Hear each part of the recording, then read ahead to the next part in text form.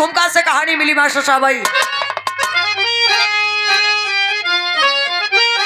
देश के सेवा में जो ने अड़पण किया, अरे जिंदगानी तो वह जिंदगानी नहीं, मान पर मान सम्मान पर, अरे जो लुटाया वह जवानी नहीं। अरे सर पे बांधे कफन जो चले झूम के, अरे वीरता भी उसके बराबर कोई शानी नहीं। अरे धर्म पर जान देकर हुए है मर, साक्षी इतिहास है कोई कहानी नहीं।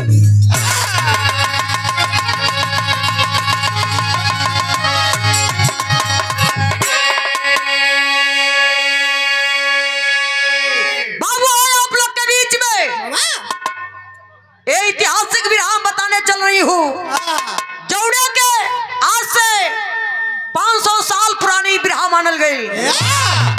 बिरहा तो अब से गाँव थी लेकिन कहानी पुरानी है। देश के सेवा, देश के सेवा ने जो अर्पण किया, जिंदगानी तो है जिंदगानी नहीं, आन पर मान सम्मान पर जो लुटाया वह जवानी नहीं। मर्द हो तो अपने देश के लिए जान कोनो बड़ी चीज ना बा। पहले के लोग अपने देश के लिए कुर्बान हो जा, आज बॉर्डर पर लोग शहीद हो जात हुन, लेकिन इतिहास जब लिख गल हो भैया वो धरती पर कायम हो गल। बिरहा में स्वर्गीय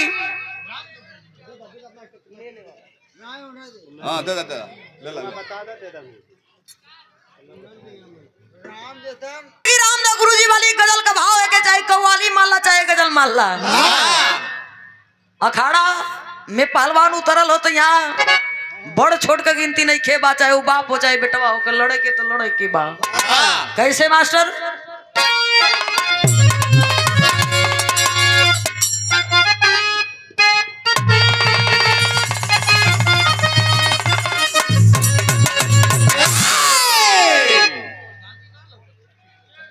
बाबू प्रधान जी ना लोगों चपड़ाम, प्रधान जी लौकलन ना जब से बिरहा चालू भाई, रुचि के बंद हो गल, हमार शुरू हो गल, हमरो खत्म हो जाए, औरों से शुरू हो जाए लगता है ना। प्रधान जी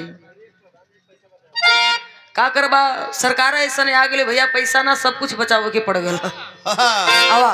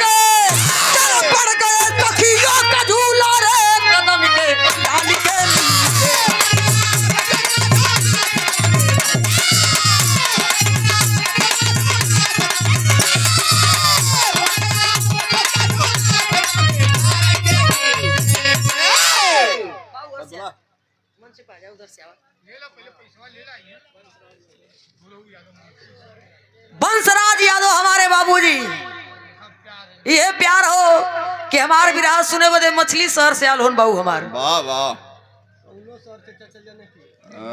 हमन का बिहार भी रही तो बिहारो चल जियन कलंग के हमके बिरहा बड़ा बढ़िया लगेला।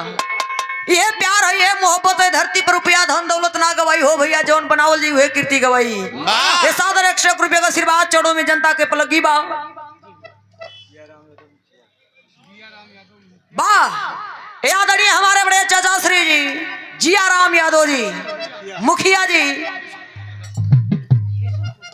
बिशुनपुर की पावन धरती से सादर 100 रुपये का आशीर्वाद देकर के सम्मान किए हैं। मैं चढ़ो में कोटि कोटि प्रणाम करती हूँ। कैसे मास्टर भैया आई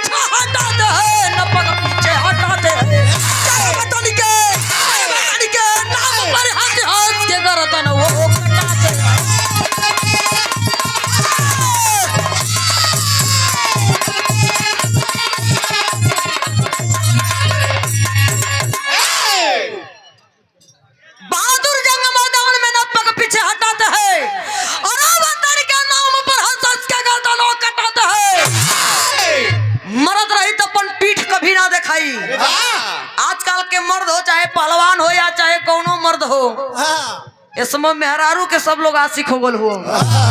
पहले के मर्द मेहरारू करी ताके ना जौन वीर रहे। आजकल के मर्द पहले मेहरारू से मिलत तो नौकरी बाद बड़े माई बाबू से मिलत हो।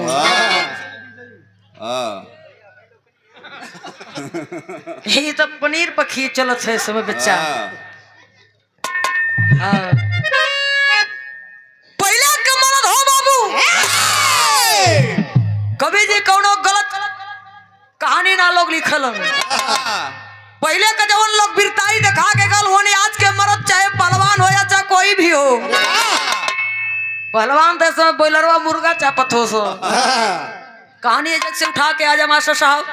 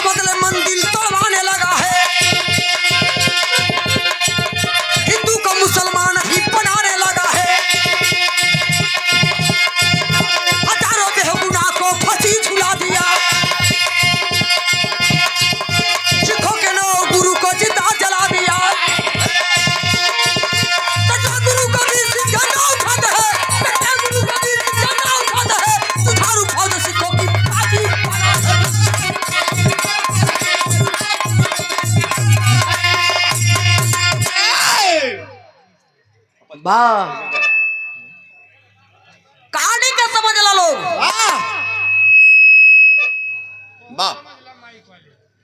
मशीन वाले भैया आपो समझ ला। ओके धार और ना चढ़ोला मशीन के तो का करे। पूरा ठंडी यही पे बिता देला तो। भारत का सांसद इसी हिंदुस्तान के धरती पर अंग्रेजों से पहले हुकूमत के कर रहा हो भैया मुसलमानों का।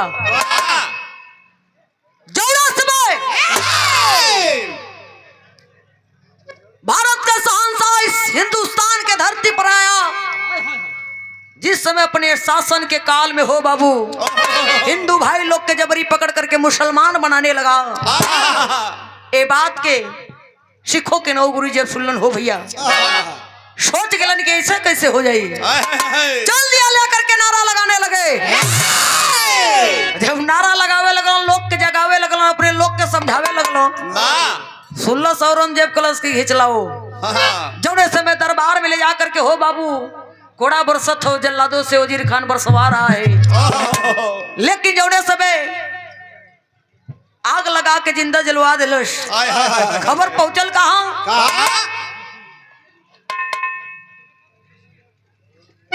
बिहार में गीत बदल गई।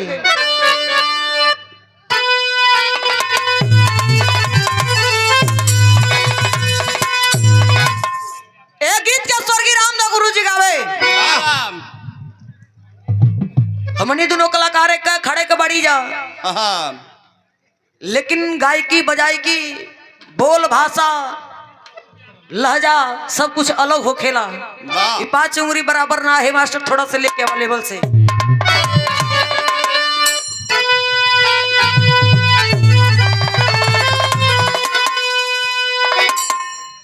कौड़ो फौजी जवान का दुल्ही अपना मरज कर समझावत ली। ठीक चला था मशीन वाले भैया, चला चला चला आओ।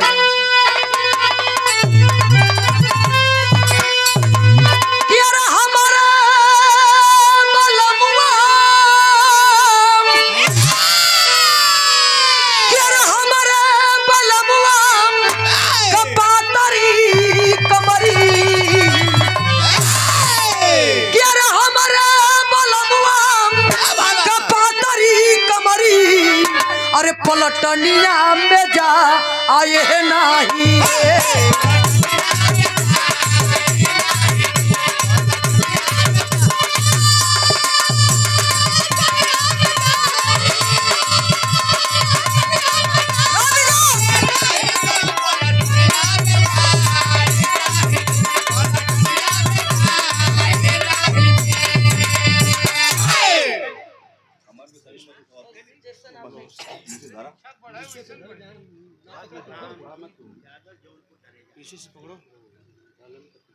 ये परम पूजनीय हमारे बड़े चाचा श्री रामजीत यादव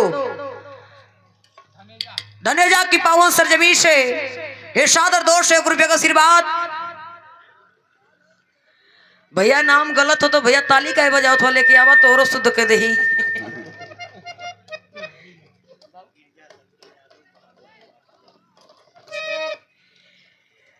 ये सादर दोष 1 रुपये का आशीर्वाद गिरिजा यादव जी बहादुरपुर की पावन धरती से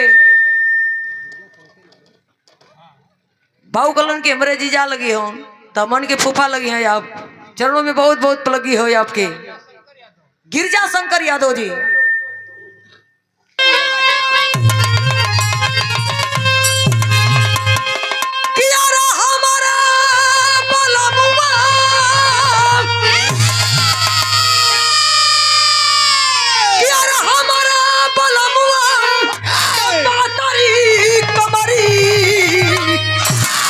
पलटनिया में जा आए नहीं रे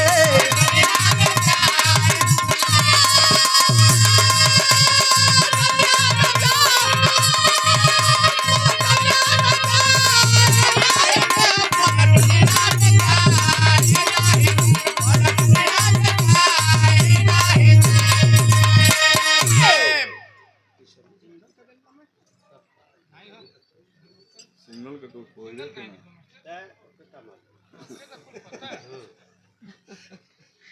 राजदेव यादव बाबूजी अमीन सुरहुरपुर की धरती से ये सम्मान प्यार सादर दोष 1 रुपये का पुरस्कार देकर के आशीर्वाद मिला है हमारे गुरुजी की ओर से जो कि प्यार दुलारे जौनपुर की धरती पर चाहे कोई कलाकार हो गुरुजी से बाकी केहू ना हो चाहे स्वर्गीय रामदेव गुरुजी रल हो चाहे बुल्लू गुरुजी रल हो चाहे बालचरण चाहे कोई भी हो कहो मशीन वाले भैया कहाँ गिलो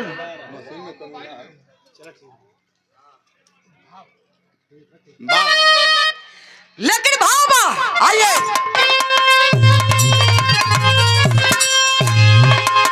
ए बतिया के खबर पहुंचल कहाँ गुरु गोविंद सिंह के है जब गुरु गोविंद सिंह जब खबर के पौलन तो लेकर के अपने लोगों के जगा के बाबू चलल होन कैसे भाव हो बिहार का ये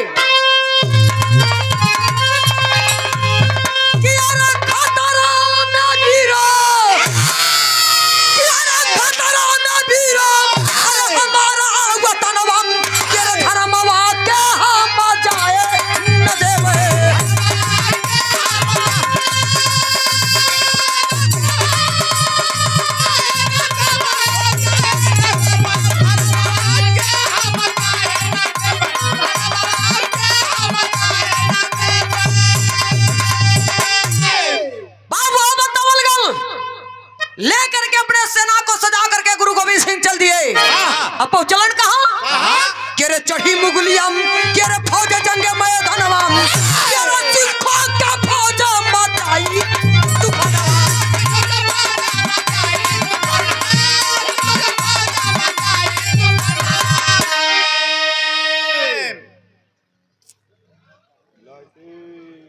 ये देखे दोबारा आशीर्वाद प्यार है हमारे भाई की ओर से।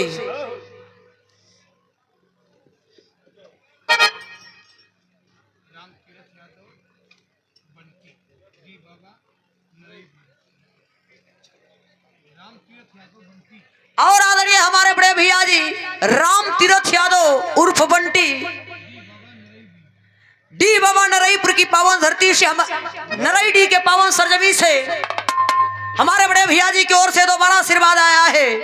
भैया जी कलोनी की एक बार अड़गरानंद स्वामी जी का एक बार फिर नाम ले ले आप कहीं साफ रह लेते बड़े नाम लेला से ना जब भी आपका साफ तो मालिक के दरबार में आपका हाजिरी हमेशा लगत रही।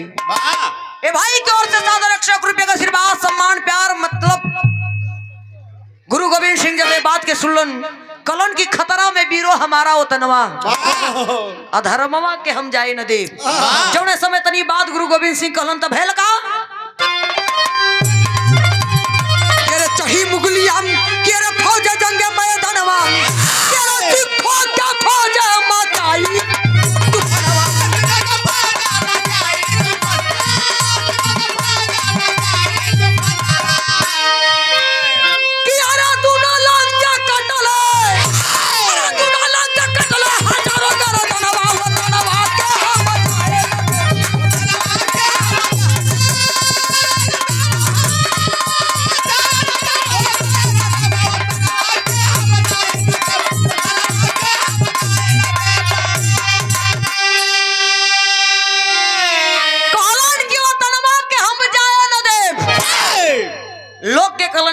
लो अपना हिंदुस्तान की धरती, अपना आबरू, अपना सम्मान, अपना धर्म बचा लो। यह बात जने समय गुरु गोविंद सिंह कलन लेके लड़ाई के मैदान में कूद गइलन। लड़ा लगल हो बाबू, दोनों लंग से लड़ाई छिड़ गई। लेकिन बताओल गल कि बेगुनाह का हजारों लोग मारे गए थे। सेना के कर मारल गई गुरु गोविंद सिंह को। लाचार बेबस होकर के गुरु गोविंद सिंह कलन की अब नहीं आओ केकरा भरोसे लड़ब। जा करके अपने किला में लुक गेलन। जब किलवा में ढुक गेलन हो भैया तो सोचत हुन का सोचत हुन मास्टर बिरहा में फिर गीत के लाइन बा।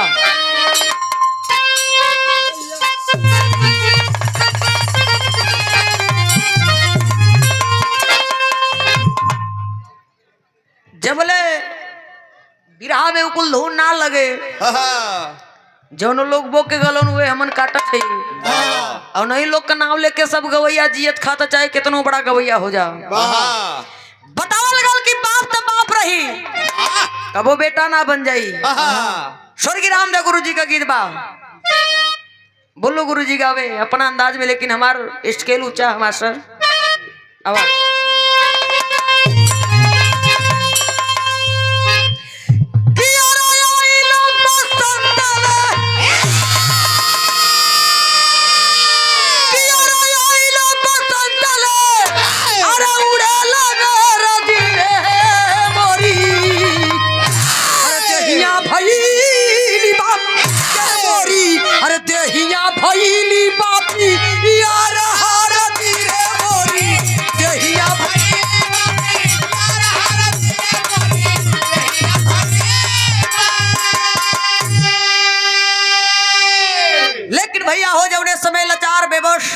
गुरु गोविंद सिंह अपने किला में सोचत हुन का सोचत हुन भैया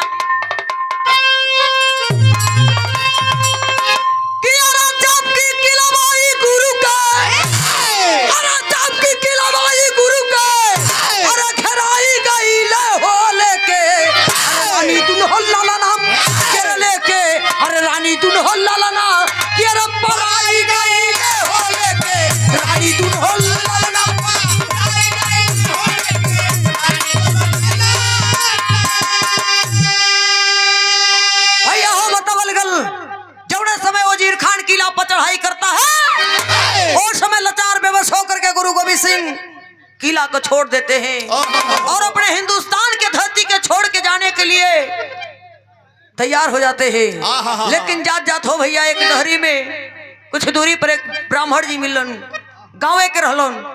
जब वो मिलन तो देखलन कि हमारे देश को सिपाही कहा जात हुआ। हाथ जोड़ करके खड़ा हुए पुरोहित पंडित अमन की कहा कहलन, तब रो रो के गुरु गोविंद सिंह सारी बात बताओ थोड़ी कैसे।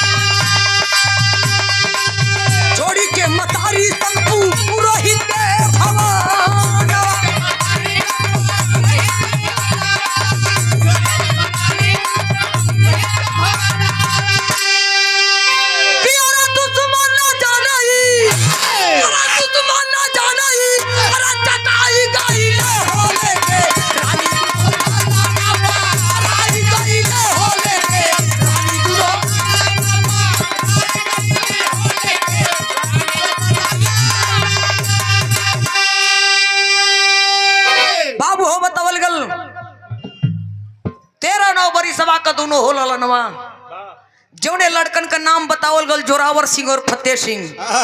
लाचार बेबस होकर के गुरु गोविंद सिंह दोनों लड़कन के धर्म पत्नी के लेकर के निकल गए। ये हमारे बाबूजी बंसराज यादव जी, मछली शहर के धरती से प्यार दुलार सम्मान मिल रहा है, हमारे लिए बहुत बड़ा आशीर्वाद है। ये आशीर्वाद कहीं कहीं मिलता है, रुपया पैसा तो सगरो मिला, लेकिन आशीर्वाद प्यार कहीं कहीं मिलेला।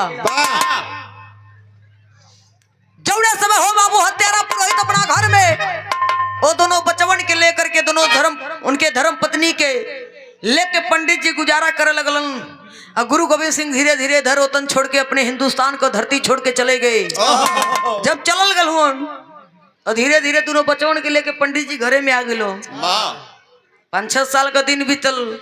हत्यारा पुरोहित पंडित कलन किए भाई हम मांगे खाए वाली जा कितना दिन भिक्षुक मांग के खियाई। जब इतनी बात हत्यारा पुरोहित आओ ना भैया। अरे नहीं सॉरी। और आदरणीय हमारे बड़े भैया जी प्रधानों के प्रधान अशोक लाल प्रधान जी ये आपकी ओर से सादर 251 रुपये का आशीर्वाद सुरहुरपुर की पावन धरती से बोला कृपा शंकर यादव बाबूजी ये दोनों लोग की ओर से सम्मान प्यार मिला है। उर्फ छुनछुन यादव पहलवान जी सुरहुरपुर की धरती से सुभाष लाल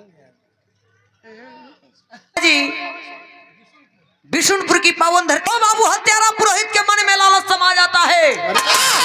इधर हत्यारा पुरोहित मन में सोचे लगल का सोचल समाज से भैया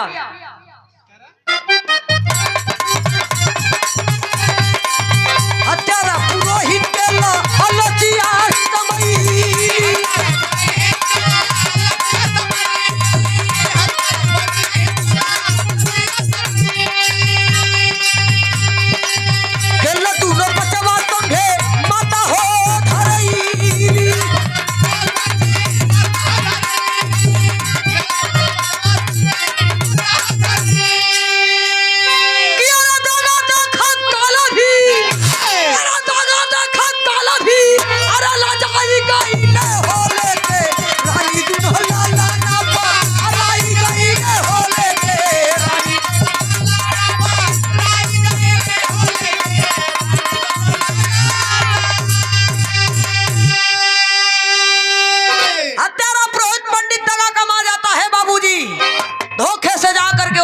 से मिल जाता है। और मिलना के बाद कलश के वजीर खान केकरा बदे आप परेशान हुआ जेकरा बदे परेशान हुआ वो सब हमारा ही घर में हुआ। 6 साल से उन्होंने के हम मांग के खियावत थी न जाए के नाव ले थोन कुल न हटे के नाव ले थोन। जब इतनी बात हत्यारा पुरोहित सुनता है बाबूजी निकाल करके तलवार जिस समय पंडित के गर्दन पर रखता है बाबूजी बोलता है वजीर खान बात झूठी हुई तो गर्दन उड़ जाई। कलश की मालदा काम कैला ये पंडित का बचन है कभी पंडित झूठ ना बोलेलन। ये बतिया कह के पंडित चल दिलन और जब चलल हो तो बिरहा में वाह गीत लग गई मास्टर भैया मिजाजी गीत लग गई।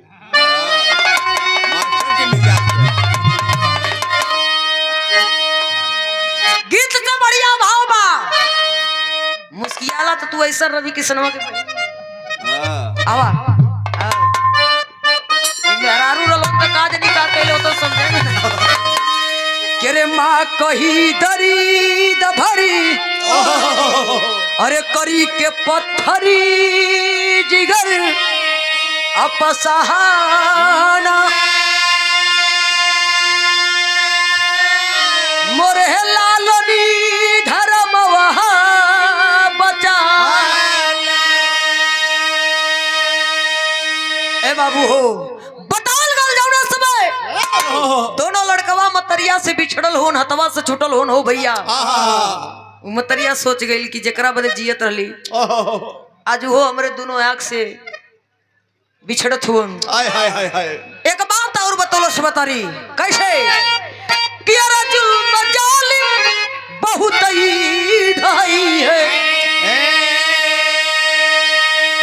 कि आया बेटा मुसलमान बनई तेरे सरे करे जबी कलम अरे ढेर बनबे अरे मुस्कुरा मोरे लालनी धर्म वहा बचा। जौने समय हाथ से बतारी के दोनों बचवा छुटल होन हो भैया जौने लड़कन का नाम बतौली है जोरावर सिंह और फतेह सिंह। कुछ दूरी गईलन आँखी से उलझल हो गईलन तब मतारी सोच गई कि धरती पर जियला दुश्वार हमरे ले करके हाथ में कटारी जौने समय पड़े सीने में मार करके दुनिया के छोड़ करके विदा हो जाती है। जब दोनों लड़का पहुंचल हुन भैया वो बगल, दोनों लड़का जब ना समय वजीर खान के दरबार में पहुंचल हो भैया, लड़कन के जाए से पहले मतारी एक बात और कलश कि लाल जाता हुआ, लेकिन एक चीज बताइया धर्म कैसे बिरहा में टेरी लगल।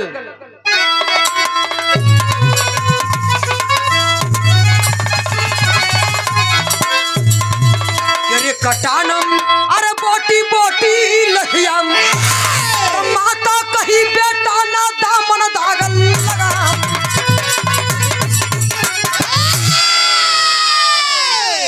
मतारी करत की कटाना बोटी बोटी लसिया, बेटा ना दामन दाग लगाना कटाना बोटी बोटी लसिया। बिरहा में चौकड़ा के लाइन लगल मास्टर साहब।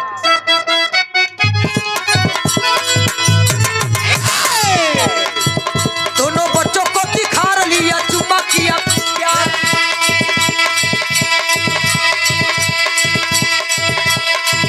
माता मर गई कटा रही मारी करके।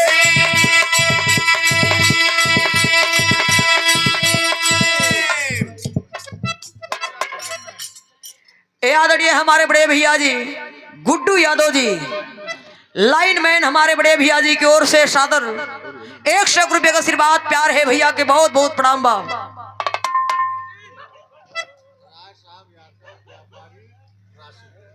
राय साहब यादव व्यापारी साहब जी राशीपुर के धरती से का करवाए भैया, बड़ा पिछले हुआ सरकार ऐसा नहीं है कि सब तंगिए में चलत है। एक तो बाजार कुछ बढ़िया हो, भैंस गाय का लग जाओ तेज चलत है बाजार।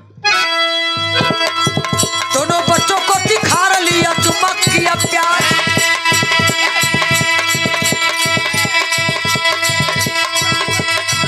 माता मर गई कटा रही हम मारी करके।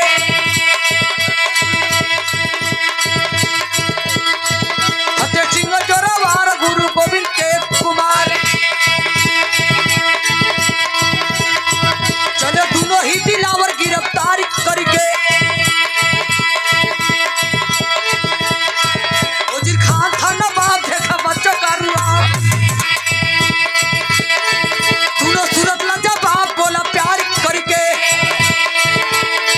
कटा चाहो अपनी जान फरत बजा मुसलमान, कटा चाहो अपनी जान फरत बजा मुसलमान, बच्चे बोले ए भाई मां से तारीफ करके।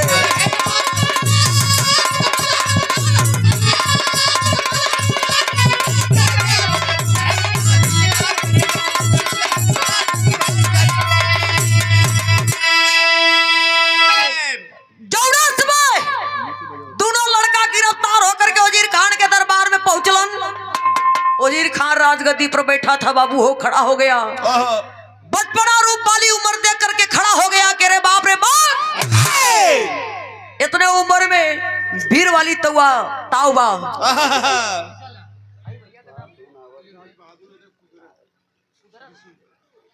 आदरणीय हमारे बड़े के भैया जी राज बहादुर यादव जी कुदरे बिशुनपुरा की धरती से ये सादर 200 रुपये का आशीर्वाद भाई के मन है, चढ़ों में आई हुई जनता को बहुत बहुत लगी बा। और आदरणीय हमारे बड़े भैया जी शुभम जिम सेंटर हमारे बड़े भैया जी, प्रजापति मार्केट सिरकोड़ी से जौनपुर की धरती से ये सादर 200 रुपये का आशीर्वाद भैया की ओर से प्यार दुलार मिला है। और व्यापारी भैया इधर से आप आ जाइए, नाम मत बोलवाओ नहीं तो बड़ा पीछा हुई तोरो। ए आदि गमछा निकाल दो भैया मुझसे। अरे नहीं बड़ा नाम सुन लिया भाई भैया, आप लोग का धरतीय बीरन कहो चाहे कोनो काम से तौला लो, चाटे धरती मानल चुनल है, बनारस गाजीपुर जौनपुर प्रताप अरे आजमगढ़, इस चाटे धरती में जहाँ चीज खोजबा कुल चीज मिल जाएगी।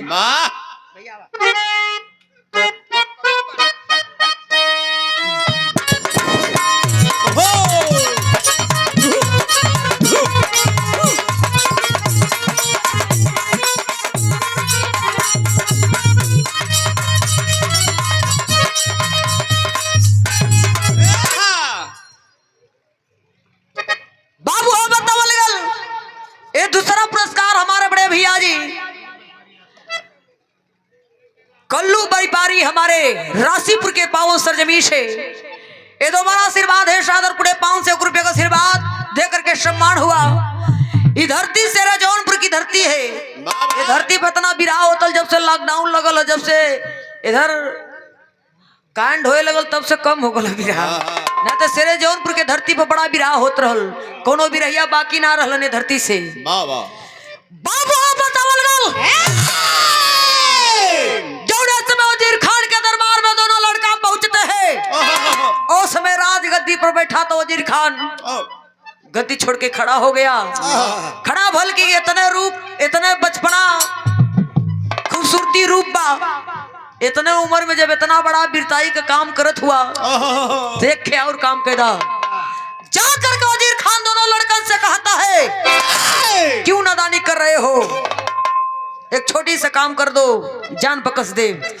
इतनी ये बात वजीर खान कलश कर लड़का कलन के काम बोलिए, कलश के मुसलमान बन जाओ। जब मुसलमान के नाम सुनते हैं दोनों लड़का धिक्कारने लगते हैं वजीर खान को। जब ताव में दोनों लड़का आए तब बिरहा में गीत बदल गई। मास्टर साहब आई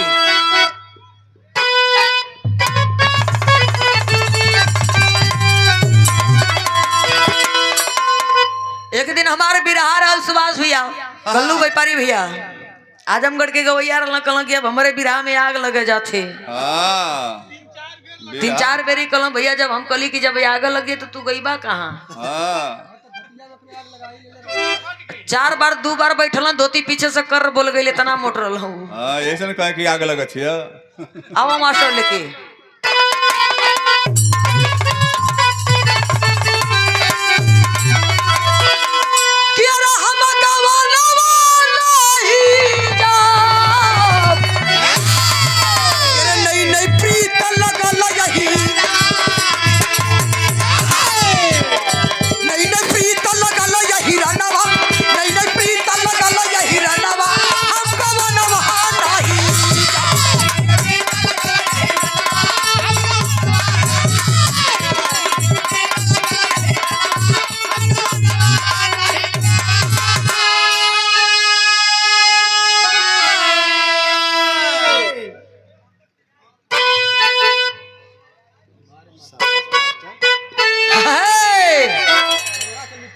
बाबू इनके समझा दई नारी पंदौरा कहीं बड़ा खराब हो।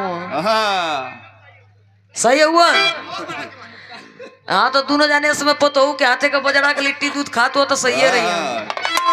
आवा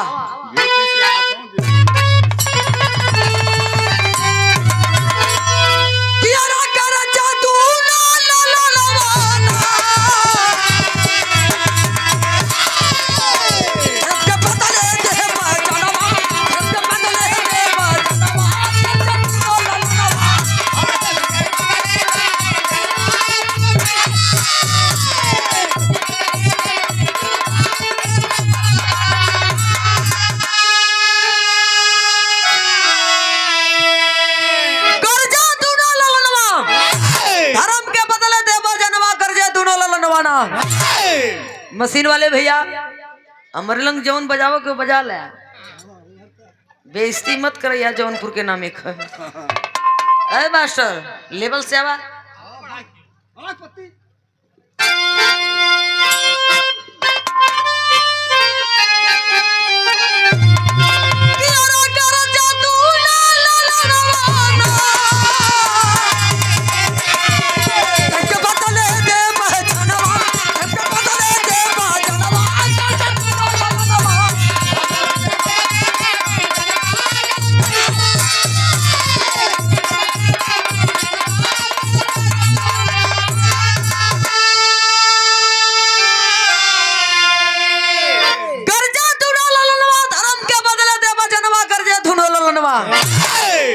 यही से कहला कि तू किसी धरी मत खायल कैली, खाली चूंटा खैले जा। चाम पीटे तो भैया मंजोर लगाला। हाँ एक लाइन और दोनों लड़का कहलन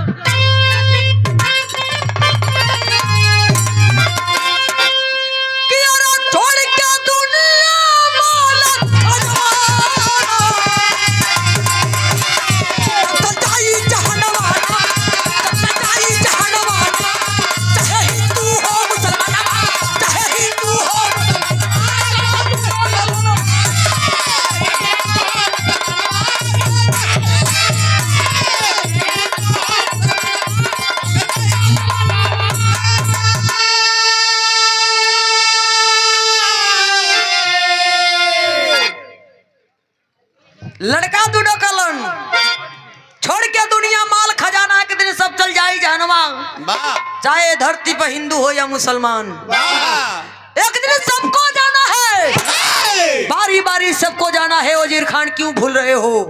एक बात और कहलन दोनों लड़का,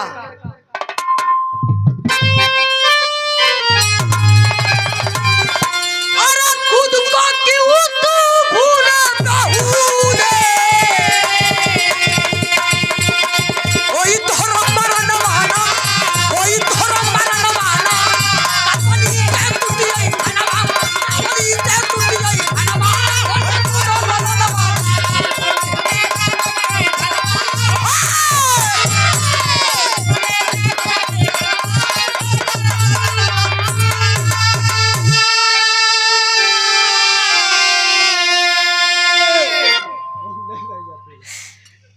कानी पर से बजाओ था भैया। इस सारनाथ का काजू बादाम खात होने समय छोड़ के दुनिया माल खजाना के दिन सब चल जाई जहनवा, चाहे हिंदू हो या मुसलमानवा, ये धरती पर सब कुछ छोड़ करके जाना है। कुछ भी लेके ना आयल हुआ ना कुछ लेके जाइबा। यह बात दोनों लड़का कहलन कि खुद को क्यों तू भूले, वही तोहरो मरनवा काल बली से टूटी ऐठनवा। बड़े बड़े जाने को ऐठन ढील हो गले धरती पर हो भैया। पैसा ला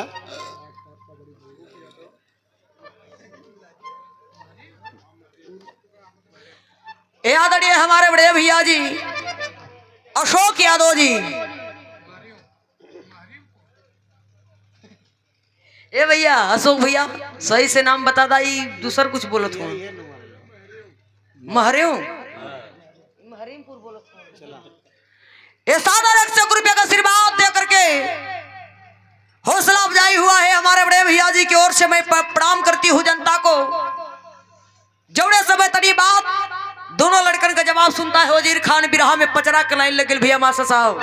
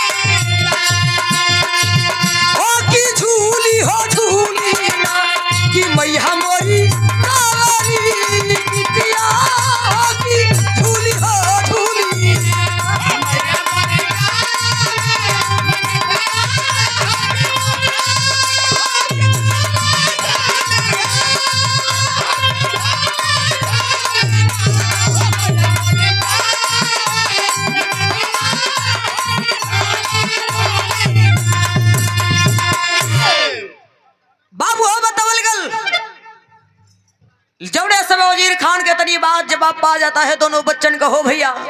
और समय भेज करके अपने जल्लादों से आदेश कर देता है वजीर खान, नंदलाल यादव बिशुनपुर।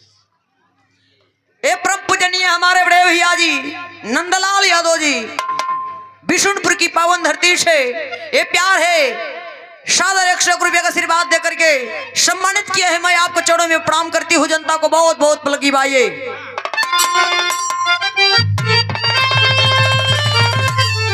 सुन के बचवनी कहा जब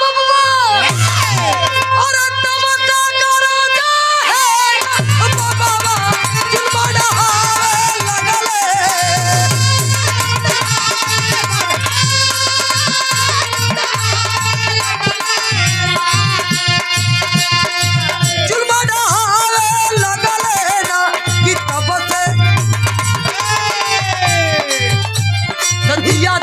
दीवार में तू नवाई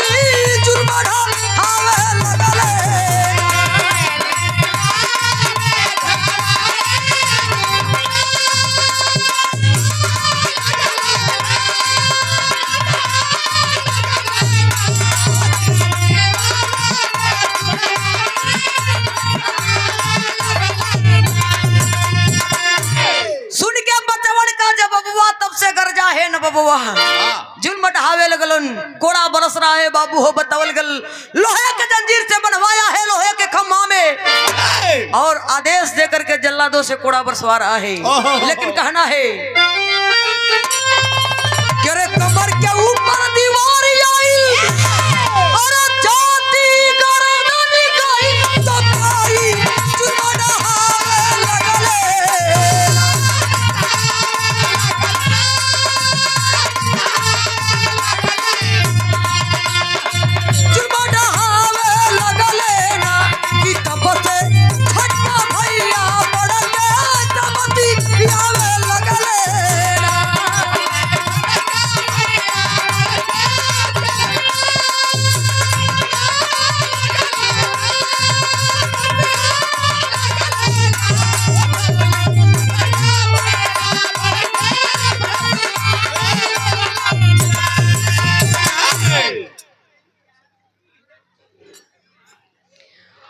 और इस भाव पर इस लाइन पर बहुत रुपए से आशीर्वाद देकर के सम्मानित किए हैं हमारे बाबूजी आज के गार्जियन शोकाकुल परिवार के मलकार महोदय बाबूलाल यादव बलटहरा जी की ओर से। महाराज जी माला लेके आओ तो लड़का लोग बड़ा मजा ले छुआ आवा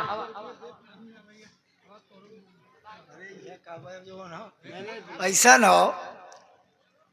अब देखा गांव देश का बात हो, हम पढ़ा लिखा कम है पहली बार और ऐसे लड़कियां कुल मजा लेवे करी हैं और हम गांव कही और थोड़ा सा समय अभाव देखते हुए बढ़िया से भी रहा हो ताकि हमारी जनता जनार्दन ये भी दूर दराज से आल हो कम से कम रुकल रहे और बढ़िया समय थोड़ा कम रही तो बढ़िया रही कहे से गार्जियन के भी बात हो। गांव देश तो है ये बा भाई, बड़े गांव में केहू की इज्जत ना रहा चाहे वो डीएम रहे कहा से, तो वही बात। तो ये बता थोड़ा समय कम लेके खींचे बिरहा में बाबू हम बतावा लगा जौना समय आदेश दे करके दोनों लड़कन के दीवार में चुनवाता है वजीर खान। जब दीवार कमर से ऊपर कंधा तक आई तब अपने भाई से जोरावर सिंह से फतेह सिंह बतियावत हुन। अरे मैं चलता हूँ बड़का भैया, अरे मैं चलता हूँ बड़का भैया, समय हमार हो गई लेकिन तुम भी धर्म बचाना यहाँ तक की मार हो गई। और इतना कहते कहते दीवार सर से पार हो गई। जब छोटके भाई का दीवार सर से पार हुई वजीर खान जल्लादों को इशारा करता है कि ढकवा दो। जब दीवार ढकवावल गए हो बाबू छोट भाई का हालत देकर के बड़ भाई का छाती बेरत हो, आंख में आंसू लेकर के दुनिया के मालिक मुरलीधर कन्हैया के कोसा लगलन की का हो कन्हैया, बड़ा कीर्ति बड़ा नाम तोहर गवाइल द्वापर युग में, आज कलयुग में हमन बे गुनाह का मारल जाती तोहर शक्तिहीन हो गई ले। आज बिरहा में आल्हा के लाइन लगे मास्टर साहब आई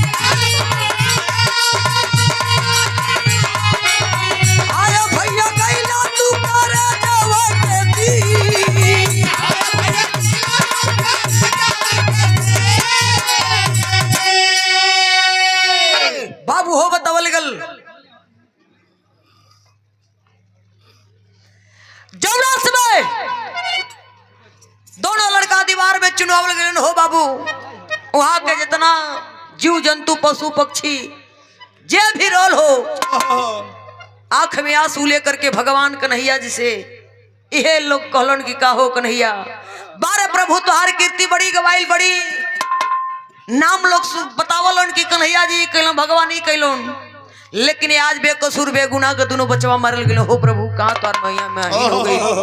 यह बात दोनों लड़कन के दीवार में चुनैला के बाद लोग वहां के भगवान के कहत हुन का कहथुन मास्टर खड़ी के लाइन आखिरी लाइन में कहना बाइये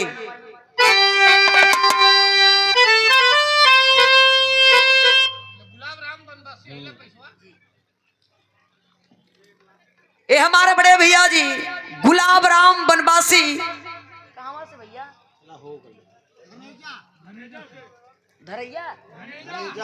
धनेजा की पावन सरजमी से भैया की ओर से सादर 100 रुपये का आशीर्वाद बहुत बहुत नमन है आप लोग के चरणों में। आइए साहब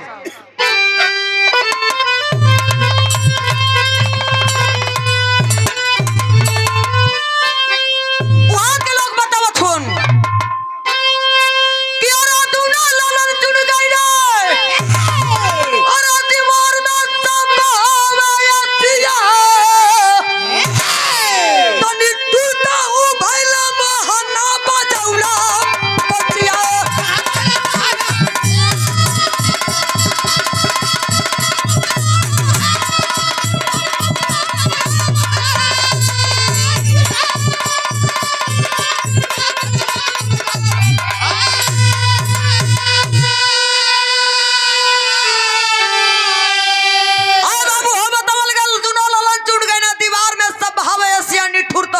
मोहन बजौला बंसिया ये लोग कहलन का कहलन के रे गजे को बढ़ाए मछली द्रौपदी का साड़ी अरे गोबरा धान उठा के तू कहां गिरा धारी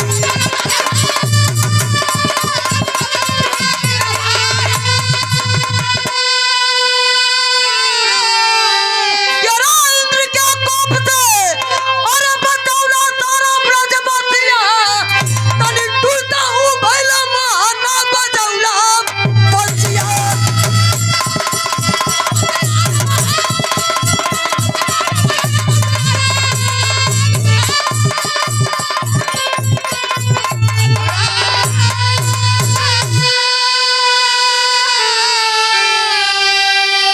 ए भैया हो बतावल गल गज को बढ़ाए बचली द्रौपदी का साड़ी गोवर्धन उठा के कहिला गिरधारी है कन्हैया।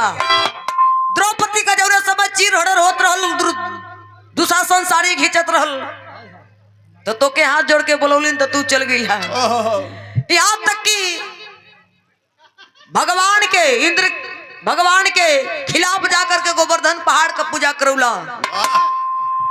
जब इंद्र गुस्सैलन तो लगलन पानी बरसावे तो तू ही हुआ एक कन्हैया उंगली पर पहाड़ उठा के खड़ा के लिए रहला। वाह वाह कहाँ शक्तिहीन हो गई। दोनों लड़का आज बेगुनाह का मारल गल हम तोहरे सामने तोहार शक्ति कैसे हमन भक्ति भाव करल जाई तोहार शक्ति कहाँ हीन हो गई। ये लोग कह के भगवान के कोसल लगलो।